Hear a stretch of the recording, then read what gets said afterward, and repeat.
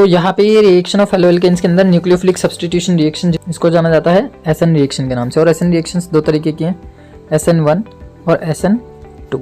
तो basically SN1 और SN2 के पीछे का जो मैकेनिज्म है वो काम कैसे करता है। सबसे पहले न्यूक्लियोफिलिक सब्स्टिट्यूशन का बेसिक है कि आपके पास कोई भी एक अल्काइल हैलाइड कंपाउंड होगा। ये मेरा अल्काइल हैलाइड है जिसमें कार्बन इलेक्ट्रोपॉजिटिव है और हेलोजन इलेक्ट्रोनेगेटिव है। इसमें एक न्यूक्लियोफाइल आएगा, न्यूक्लियोफाइल होता है नेगेटिव चार्ज स्पीशी, वो आकर के इस हेलोजन को बाहर निकालेगा, यानी न्यूक्लियोफाइल जगह ले लेगा इस हेलोजन की आकर के। This is known as the nucleophilic substitution reaction. इनको बताते हैं हम न्यूक्लियोफिलिक का सब्स्टिट्यूशन होना, यानी कि हेलोजन को बाहर निकालना और न्यूक्लियोफिलिक को आकर के कनेक्ट हो जाना। तो अगर मैं इनके मैकेनिज्म की बात करूँ SN1 और SN2 को लेकर के, तो जो SN1 वाली रिएक्शंस होती हैं उसमें इनको हम यूनिमोलिकुलर बोलते हैं। SN1 वाली यानी कि S का मतलब है सब्स्टिट्यूशन, N का मतलब है न्यूक्लियोफिलिक, 1 का मतलब है यूनिमोलिकुलर।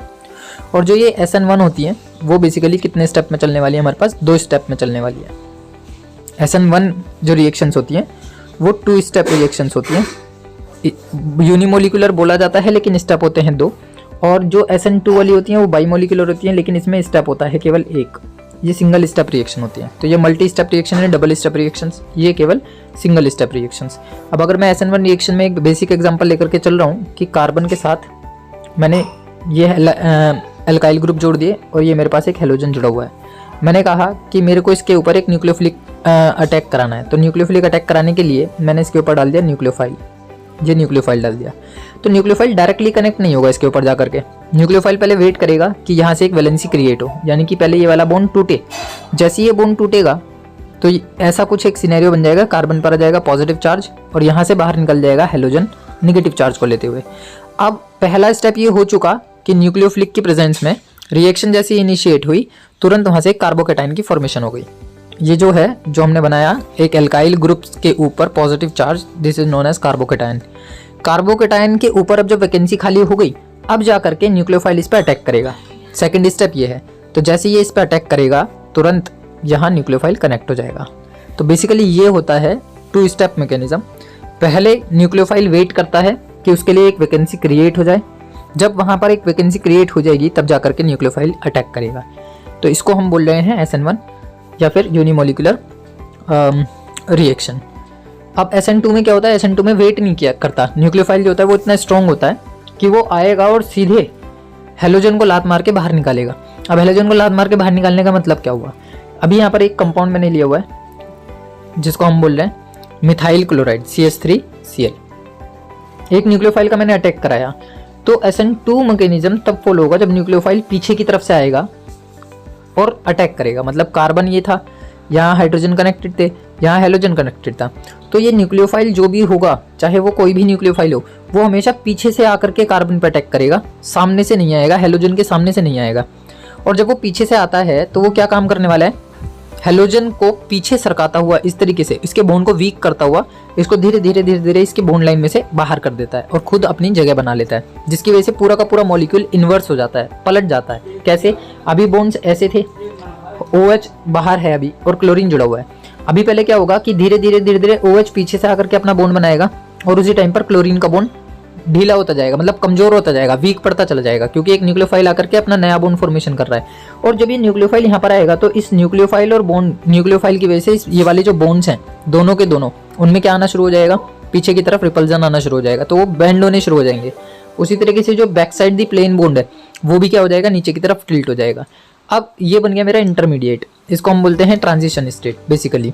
अब ट्रांजिशन स्टेट या जो इंटरमीडिएट स्टेट बनी है वो इतनी अनस्टेबल होती है कि इसमें OH इफेक्टिव हो जाता है और क्लोरीन को बाहर निकलना पड़ जाता है अपनी जगह छोड़ करके, जिसकी वजह से ये बॉन्ड वापस से और थोड़े से टिल्ट हो जाते हैं अपनी पोजीशन से और कंपाउंड कुछ इस टाइप का बन जाता है। यानी कि इस कंपाउंड में और इस कंपाउंड में क्या फ़र्क है, एक तो ये एक दूसरे के इन्वर्स है, दूसरी चीज़ क्लोरीन की जगह हाइड्रोक्साइड ग्रुप जुड़ा हुआ है। तो ये वाले प्रोसेस को हम बोलते हैं SN1 प्रोसेस या SN1 रिएक्शन, और ये होती है बाईमोलिकुलर और सिंगल स्टेप रिएक्शन। तो SN1 और SN2 को जब कभी भी पूछा जाए तो इस तरीके से हमें ध्यान रखना है। तो यहाँ से हम रिजल्ट दे देते हैं इसमें कि inversion of configuration takes place. जो SN2 है उसके अंदर इन्वर्जन मॉलिक्यूल बनते हैं, जबकि यहाँ पे रेसिमाइजेशन बनता है। रेसिमाइजेशन का मतलब क्या होता है, जितना इसमें डेक्स्ट्रो कंपाउंड बनेगा उतना ही इसमें लीवो कंपाउंड भी बनेगा, यानी कि जो मिरर इमेज भी बन सकती है और एग्जैक्ट इमेज भी बन सकती है जो सेम एज इट इज है, लेकिन दोनों का अमाउंट जो होगा वो इक्वल होगा, जिसकी वजह से वो हो जाता है रेसिमिक मिक्सचर और उसको हम बोलते हैं रेसिमाइजेशन। और इनके अगर मैं ये इंपॉर्टेंट है, यहाँ से एमसीक्यू और रीजन रिजर्वेशन पूछे जाते हैं। जो ऑर्डर ऑफ रिएक्टिविटी है वो सेकंड SN2 रिएक्शंस के लिए वो कितनी होती है, थर्ड हैलाइड की सबसे कम, सेकंड डिग्री हैलाइड की उससे कम, उससे ज़्यादा, 1 डिग्री हैलाइड की उससे ज़्यादा। अगर मैं SN1 में बात करूँ तो 1 डिग्री हैलाइड की ज़्यादा होती है, 2 डिग्री हैलाइड की, मतलब 1 डिग्री हैलाइड की कम होती है, 2 डिग्री हैलाइड की ज़्यादा होती है, 3 डिग्री हैलाइड की उससे ज़्यादा होती है।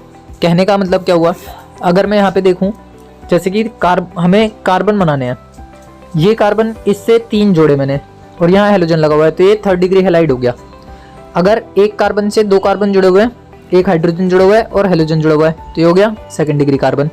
अगर एक कार्बन से केवल एक ही कार्बन जुड़ा हुआ है, बाकी हाइड्रोजन जुड़े हुए हैं और एक हैलोजन जुड़ा हुआ है, तो ये हो गया 1 डिग्री हैलाइड। अब अगर 3rd degree halide, 2 degree halide और 1 डिग्री हैलाइड हमारे पास हो, तो increasing order of the reactivity क्या है, 3rd to 1 SN2 रिएक्शंस के लिए।